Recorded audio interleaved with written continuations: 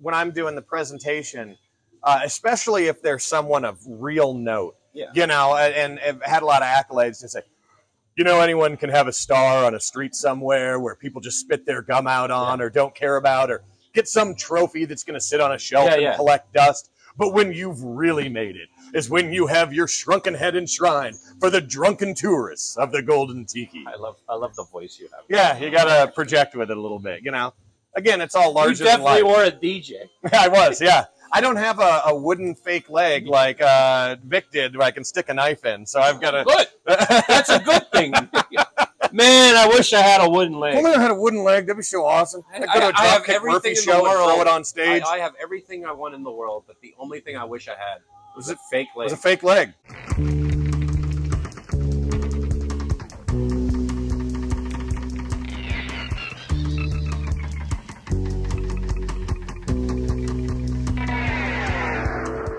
Aloha, children of the night, and welcome to the Tiki Goth Club. I am in Las Vegas, Nevada, at the Golden Tiki.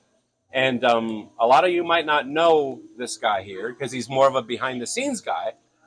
Most best behind the scenes. Yeah, yes. Most people know Adam Raines, as they should, aka the face of the Golden Tiki. But this is actually Nick Brink.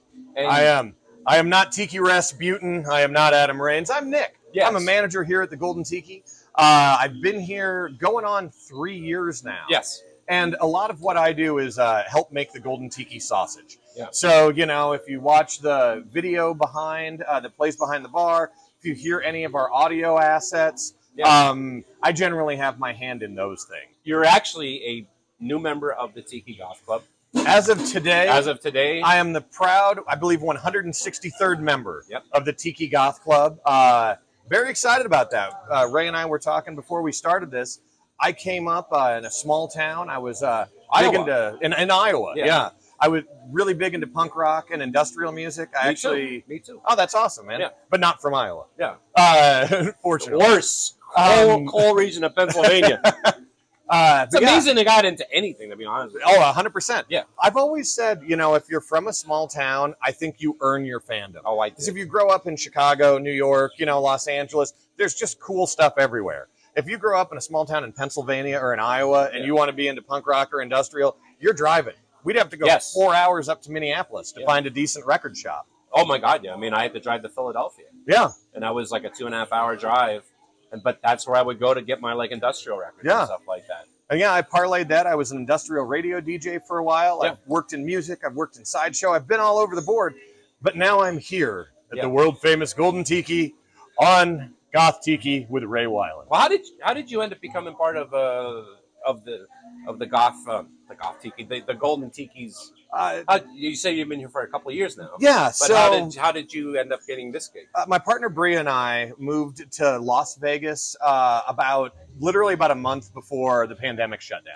No, good time. Yeah, I'd been running an Asian influenced pizza restaurant and tiki bar at the bleeding edge of tiki in Des Moines, Iowa. For about 4 years. And we both just weren't really excited in the direction the company was going in, wanted to do something different. And I said, hey, let's move to Las Vegas. She'd never been here. I had friends that lived here. So we came to visit. We liked it. We moved here. And then the world ended.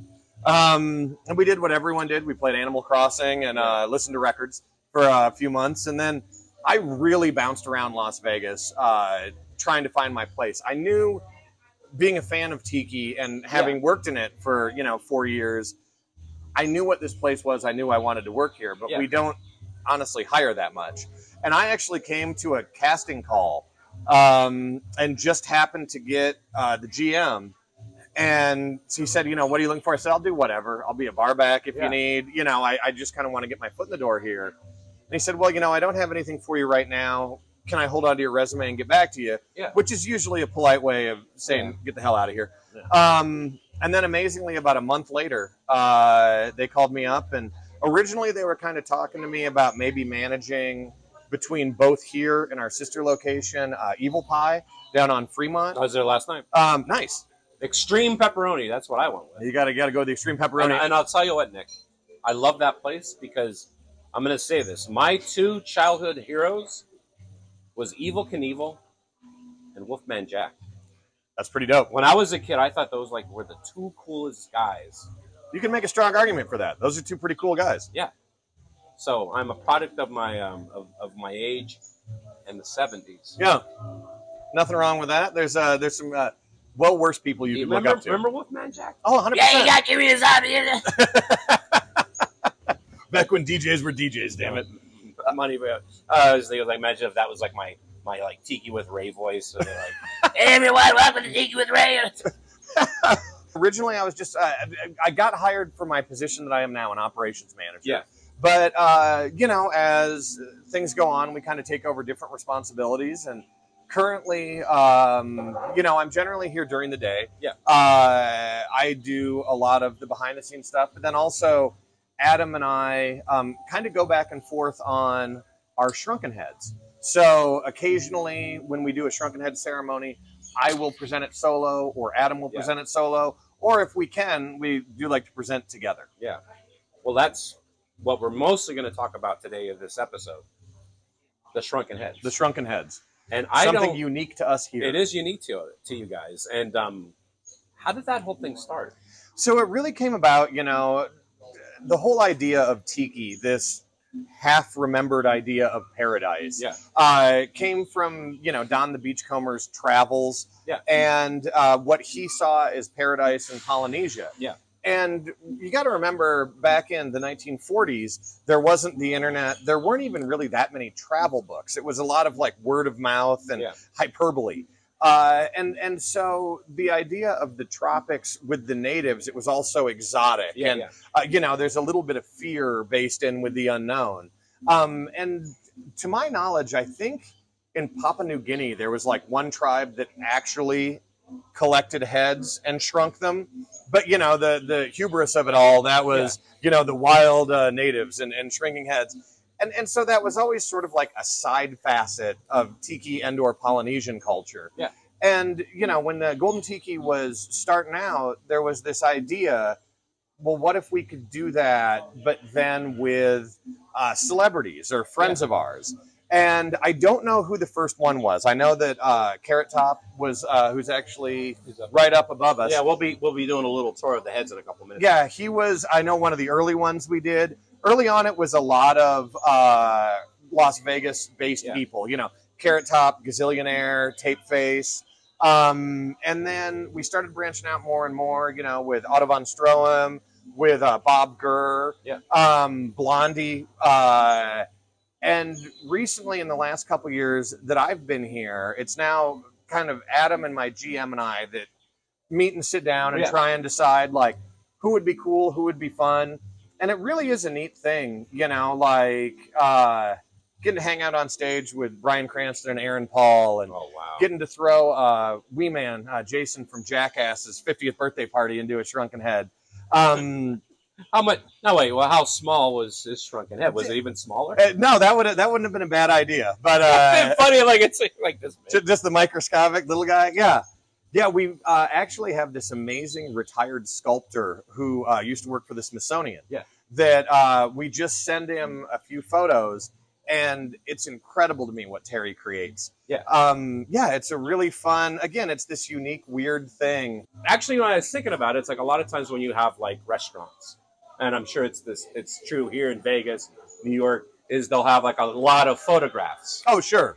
Or like headshots of celebrities that have been in there, and and then like, well, obviously for that it's Shrunken heads. Yeah, it is sort of a pedigree. Now, not every head that we have here has been in the venue. We did previously, like we have Tupac and Biggie over here. We didn't exist when they were still alive. So some of them are just nods to people that, you know, have influence in pop culture.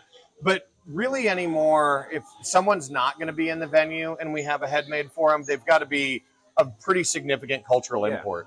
And it's funny, we don't always do the ceremonies the same way. Yeah. And sometimes I generally announce them about a week out, but then certain people don't want that.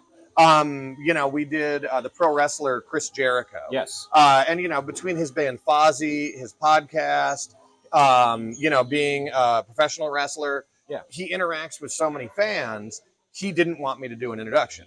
So, or not an introduction, but to announce it previously. And then he showed up with like 10 minutes before and was like, no, we can announce it. Let's get people in here. But that was one. Yeah. Well, think about it. I mean, obviously, say if you're going to have someone who's like really, really famous, yeah, there might be a lot of fucking people showing up. Yeah, when we did Wee Man's 50th, we had a lot of people show up. Obviously, Bryan Cranston and Aaron Paul, that had a huge turnout. And it's so funny with those because I'm a fan of certain things, but I've never been like an obsessive fan. Yeah. And it's so strange. It's not imposter syndrome, but it's weird, like being up on stage presenting. Yeah. Because I'll research the person and we're speaking about him a little bit, you know, and all these people in the audience that are these mega fans are like shouting out lines from shows. Yeah. And with Bryan Cranston referring to the show Your Honor, which I'm sure is good. I don't have Showtime. I've never seen it. You know, I watched Breaking Bad once. It was pretty good. Yeah. I'm not mad at it. But yeah, it's funny to be that kind of in between. Like, yes, I am sort of a fan and a civilian, but I'm also the one facilitating this. And all of you are way more into this than I've ever been into anything. Yeah, yeah. And that's like, now I understand why these people have personal security. Okay. Yeah, exactly. But yeah, it's a fun way for us to celebrate just people we think are cool. And it's neat when you're here checking out the venue because there is so much. If you haven't been here before, we not only adhere to the no white walls philosophy of Tiki, we've taken it to an almost schizophrenic level. I literally worked here a year and a half, and a bartender said, no one even notices the giant octopus on top of the DJ booth. I said, what the hell? And look, sure enough, it's there. No, the crazy thing is the first time I came to the Golden Tiki was 2016. And the build out, even back then, was great. Yeah. And then I remember like a couple of years later, I mean, it was actually Brandon, and he's like, oh man, you got to come back and see what we've done to it with it. Now I'm like, okay.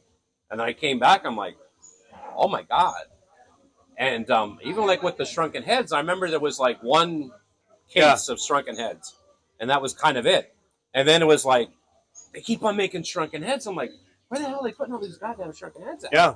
I have 6 cases now, as well as only 2 people have solo cases. Yeah. So Vinnie Paul has a solo case. Vinnie Paul from Pantera? Yeah. What about Dimebag? Dimebag, we haven't done. Vinnie Paul came here a lot. No way. Yeah, he actually purportedly the night before he passed drank here. So Vinny's the only one we've done 2 ceremonies for. Yeah. He was at his own Shrunken Head ceremony. And then after he passed, we did a secondary ceremony for his friends and family. And that's the booth next to us when we dedicated his case. Yeah. And then Zach Baggins of Ghost Adventures or Ghost Hunter, whatever. Yeah. He has his own case, which is actually just to our left. Yeah. We filmed an episode of his show right around pandemic shutdown. Yeah, this place is haunted, right? Yeah. So on his show, if you see a table from the security footage where the glass shatters, we're sitting at that table.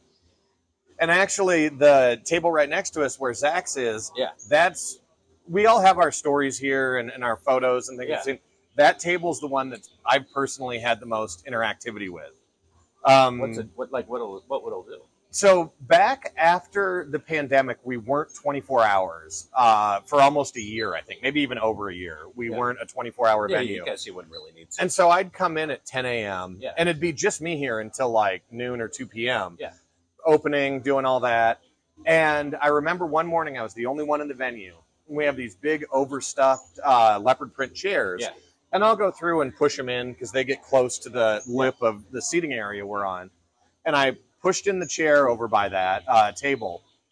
And then from back in the corner, I heard something animalistic growl at me.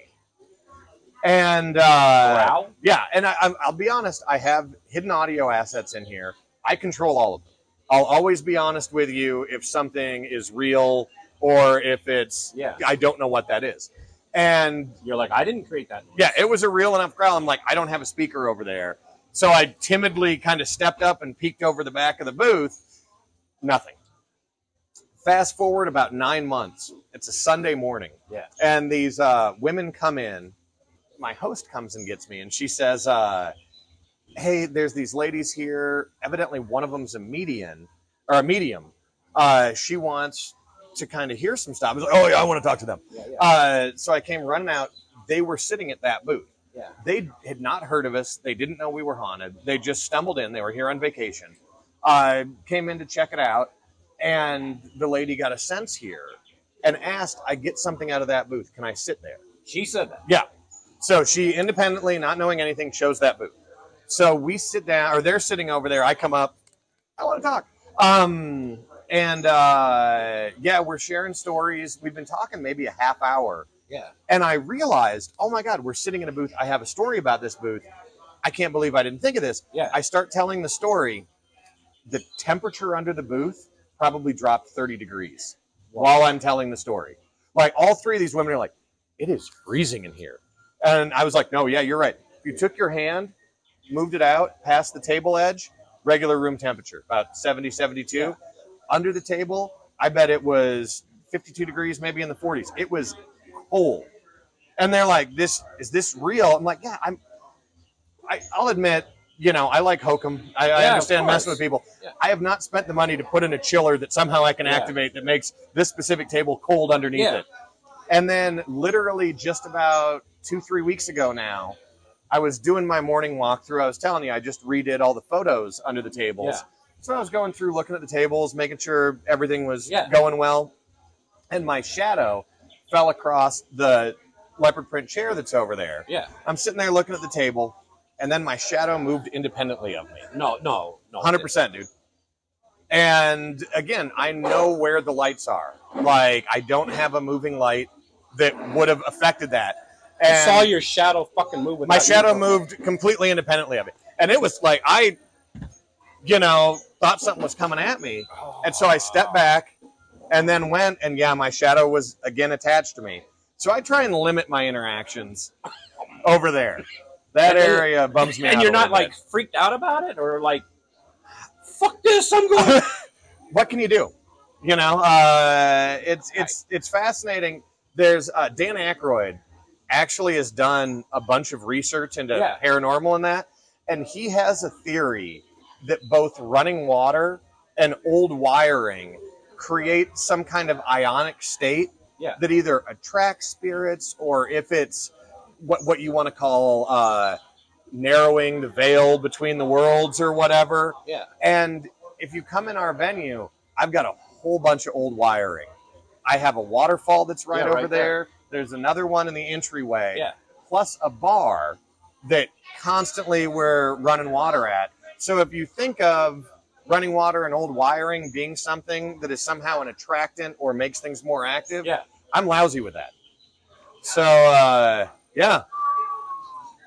So needless to say, if someone comes in and they're complaining that it's too hot, just put them in that booth. Go over to that booth, start talking about stuff. Yeah, take them to booth number 1. Yeah, exactly. Let's take a look at some of the shrunken heads that you have. Yeah, fantastic. All right, so I kind of refer to this case as the Las Vegas case. Eventually, my idea is there's going to be a lot of people affiliated with Las Vegas in this one. Now, of course, the Ramones have nothing to do with Las Vegas. They're just a great rock and roll band. But they currently live in here alongside Claire Sinclair, former Playmate of the Year. Bob Claire St. Clair. Claire St. Clair. I had a crush on her. How could you not? And now we have her shrunken head. Exactly. We've got Siegfried and Roy and Liberace, Las Vegas staples. Of course, Gazillionaire is down here alongside Tape Face. In Las Vegas, you've got to have the Rat Pack, and we've got Dean, Sam, and Frank there. And then Devo, because Devo's just an amazing band. Have they been here? Not to my knowledge. Yeah. I think that was one that we just had made up. I keep thinking that's Sean White. It's not Sean White. Fuck me dead. Carrot Top. Sean was one of our originals, as well as Tom Green. Yeah, and I love Tom Green. Yeah, I believe Piff and Vince Neil were both some of the early ones we did, as well as Anthony Cools. Really? Yeah. And as we move farther down the case here, we have Rich Little. We do have Rich Little. We've got I don't know who the fuck that is. We have the Golden Girls. We had them made right after B. Arthur. Not B. Arthur. Why can't I think of Betty White? Betty White. Yeah, right after her passing, we had this made. Then, of course, you got to have Biggie and Tupac keeping the East Coast West Coast feud alive. So they weren't here for their ceremony, huh? Sadly, they were not here. So the booth we were talking about that always messes with me, we're in now. Thanks. And you know what? My legs are starting to get cold, so make it quick. we gotta speed this up. This is one of our 2 solo cases. It is Zach Baggins, the paranormal investigators case. He did ask that he be put in with this witch doctor's medicine bag. He said he felt a lot of energy from it. So we had this specialty case designed for him. It's also kind of cool. We do, in this case, it's tucked in the corner, but have some vintage Aku Aku mugs. Really? Of course, was the famous tiki bar at the Sahara. Yep. Oh, not at the Sahara, at the Stardust. Yeah, and one of the Moais is in the park. But yeah, a little bit of Las Vegas history, as well as Golden Tiki haunted history. Yeah. And this is the haunted booth. This is the booth that I've had the most issues with. Also in that Zach Baggins video, this is the booth where you saw, I believe, the ashtray moving around independently. But again, if you want to pan over a little bit, you can see right how close we are to the waterfall here. So we do have a lot of active water features, which are potentially inciting the spirits. And in the other booth we were referencing, this is Vinnie Paul's memorial shrunken head case. Oh, man, that is awesome. Yeah, everything I've heard from everyone is he was just a super awesome guy. He loved hanging out here, and we couldn't be happier to be able to immortalize him in our own way. You got to do Dimebag next. That might be a next one. Put him right next to him. I like where your head's at. Yeah, no pun intended. So this hallway case here is one of my personal favorites. Kind of refer to this as the friends and family case. Yeah. Of course, we have the legend himself, Mr. Adam Raines. And you'll see some different staff members. We have Asia, who's our original server. She's the only server that's been with us in the 9.5 years. The 8.5 years we've currently been open. Along the top, we have a litany of tiki people as well as DJs. Skylar Villain. This is the artist Shag. We have our good buddy DJ After School Special. Yes. As well as Tony, Dino a la carte. This is our carver. Billy. Billy, yep, who you're going to be seeing tomorrow, I believe. Right next to him is another one of our resident DJs, Professor Rex Dart. Yes. We've got my buddy McBiff, Spike Marble. And there he is. The man himself. And then Jesse from the Swank Bastards. Oh, of course. Yeah, the guitar player. Yeah, we've got Sven. That's where his shrunken head lives. Right next to, I believe this is Vic's head. Yeah, that's Vic. We've got Walt Disney. The man, Jeff Beachbum Berry, right next to Otto von Stroheim. Medusa Serena. Oh, well, she deserves it. Oh, yeah, she's a great person. Yeah. She's done a couple of celebrations with us in the past. Yes. And then we have Bob and Leroy from Oceanic Arts. Oh, there they are. Right next to Don Beach. Oh, man. And the thing is, it looks like them, too. Yeah, he did a really nice job. Terry's does great work and continues to. Blondie is down here by Nick Cage and Angelo from Fishbone. Tolly Osborne, Ernest Hemingway, and Charles Bukowski. I love Bukowski. And we got Hunter Thompson down there, too. Sorry, you're good. Oh, wait. Who else do we have down here? This is Captain Steve Abernathy. Yes.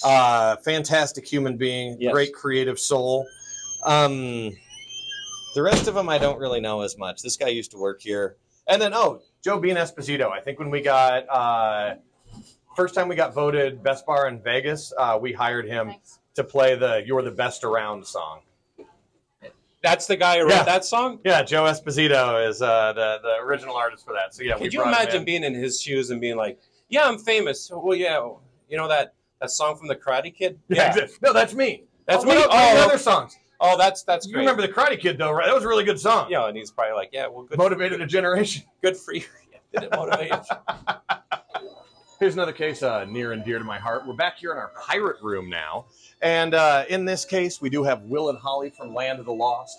They are super fun. They come in like once a year, set up on the stage with a raft and a T-Rex cutout. They'll get somebody to dress up like a slee stack and take photos with guests. Yeah. And then Evil Knievel, of course. There's one of my from our Evil Pie, exactly. So if you're ever doing a Wolfman Jack, you know where to put him, right next to him. We're going to have to build a Ray Wyland's inspiration. Yeah, so if you ever make a head of me, I want to be beside Evil Knievel and Wolfman Jack. Sounds good to me. I'm into it. We've got Joe Bob Briggs. Yeah. From the, oh my God, yes. Hell yeah. From, what is it, the Drive-In? Midnight Drive-In. Yeah, he's the coolest guy. He had big drive-in jamboree here in Vegas. Yes. They reached out and wanted to co-promote, and I said, I want to do Joe Bob's Head. Yeah. And that was a super fantastic time. His fans cool. are some of the coolest we've ever had in here. Well, they have good taste in movies. Oh, yeah. Him and Darcy, the mail girl, are just awesome people. That was a really, really fun ceremony. Of course, Lloyd Kaufman from Troma Entertainment. Oh, my God. Yeah. Next to Toxie.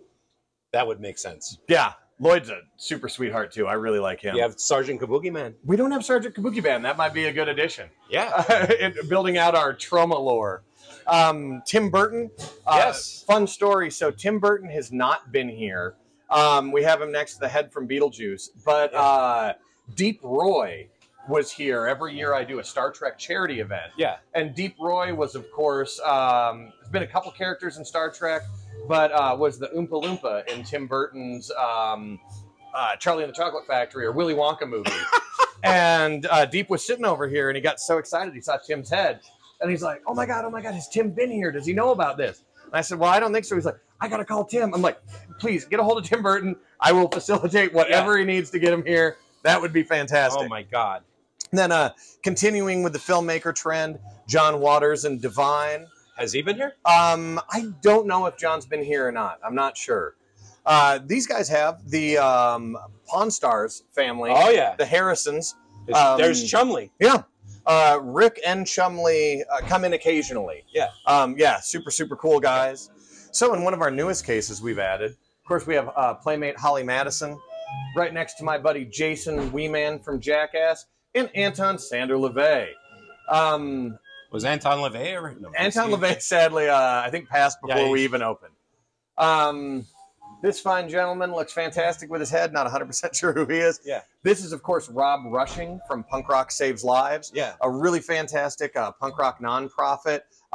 They're doing a heck of a lot for people's physical health, their mental health. Rob's a great guy. We were super happy to celebrate him last Punk Rock Bowling. The Globetrotters? Yep. Got Meadowlark Lemon and Curly from the Globetrotters. Chris Jericho. There he is. Something that should definitely be a part of Goth Tiki. We have Robert Smith. Yeah. Yeah. Yeah, he needs to come here. All right, this is a super fun case. It's a little more fleshed out. Of course, Sylvain from the New York Dolls. Yes. This is Brian and Aaron. We had them done as their Breaking Bad. Of course, Louis Anderson and the amazing Jonathan. Yes. Right next to Flava Flav. That's Flava Flav. Flava Flav. Tony Todd was a hilarious one. Wow. He kept hanging out in the men's room and then just slowly coming into the mirror behind dudes to mess with them. I don't know who that. We've got Cher. Yeah. And then Sebastian Bach. This is Eddie Trunk. I'm a big Metal Show. Yeah. I am a fan of Trunk Nation. Actually, I listen to him constantly, and he has a second home here. He does. And eventually he's going to move here out of New Jersey, which I think is a great idea. Yeah, Eddie's a super nice guy. Yeah. Chris Kale from Five Finger Death Punch. We have Mickey D's Head, of course. Yeah. He was with Motorhead for quite a while. Now he's with the Scorpions. This is Pauly Shore, his mom and dad. Of course, Rob Zombie, Sammy Hagar. I don't remember who that is. This is Brian Slagle from Metal Blade Records. Which I'll tell you what is near and dear to my heart because as a metalhead, Slayer's my favorite band, and I remember anything that was on Metal Blade I'd buy because I knew it was going to be good. And he came up with the Comp series, Massacre series, and that was my introduction to a lot of cool metal bands. Yeah, so he's kind of a big deal to me. Released the first Metallica song, signed Slayer. Guar was with him for a while. Yeah. Yeah, Brian was such an awesome dude. Super, super fun ceremony. And also, if you come here to the Golden Tiki, you want the full metal experience, we do sell the Metal Blade vodka. Do you really? So, yeah, it's not necessarily straight edge Tiki or Tiki at all. No. But it is metal affiliated vodka. Exactly. So in our final case here, we have the sax man himself from the Lost Boys. What? That guy? Yeah, we had him in here and did a ceremony. My boss actually helped oil him up before the performance. Oh, he actually... Yeah, he played in here. And then Tom Jones. We have Hawaii Don Ho. Yes. Danny Elfman. Done a lot of great different things in the goth sphere. This is our unofficial mascot. It is Charles Vestibule Sasquatch III.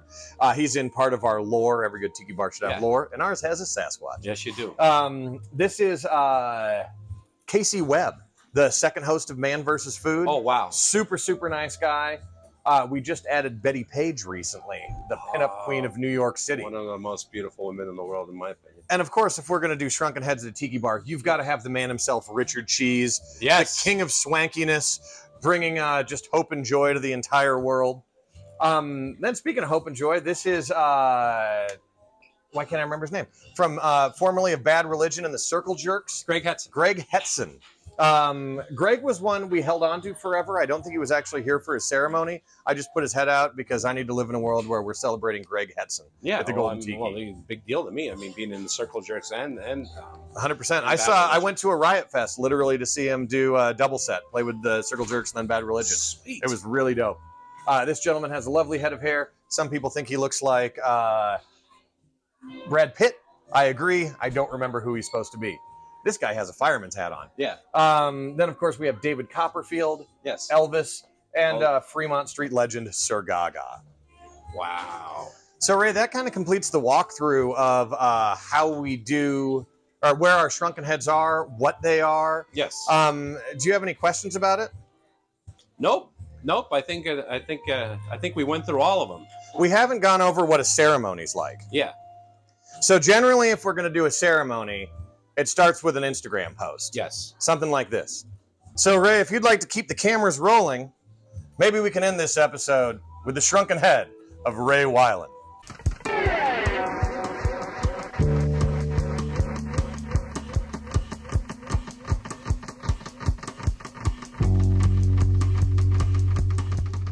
This is a joke that you can use for the bar. You can borrow this from me. All right. So, you know, say like, maybe it's you or it's Adam. Right? Yeah. And you're behind the bar, right? And then like you start talking, you're like, oh, blah, blah, blah, blah. Yeah. And a lot of people, yeah. And I actually have a wooden leg. And people are going to be like, oh, wow, really? Can I see it? And then what you do is you pull up a leg from a table. I mean, it's wood, it's a leg. I don't understand the disconnect. We need more prop humor You can here. use that. I appreciate that. You can use that. I appreciate it. When you come to the Golden Tiki and we're just I'm here to help. festooned with wooden table legs all over the place, I need to be able to bust out this joke at any corner of the bar at any time. Yeah, you do it. Next to every fire extinguisher, I have a wooden table leg. And it's all different legs. Yeah, of course. A lot of people may not know this, but Nick Brink has a wooden leg. Oh, wow, really? How did he lose it? I don't know, but he found it. It's right here. The Tiki Goth Club is way more than just this YouTube program. It's also a club that you can join. For $15, you can become a member of the Tiki Goth Club. You get your own membership card with your own number. I'll send you a couple stickers and a pin. I also have shirts for sale, patches, and glasses. If you're interested in any of this, head over to my website, tikigothclub.com, and everything's there for you. Yeah, this is my least favorite case. I don't know who the heck most of these fuckers are.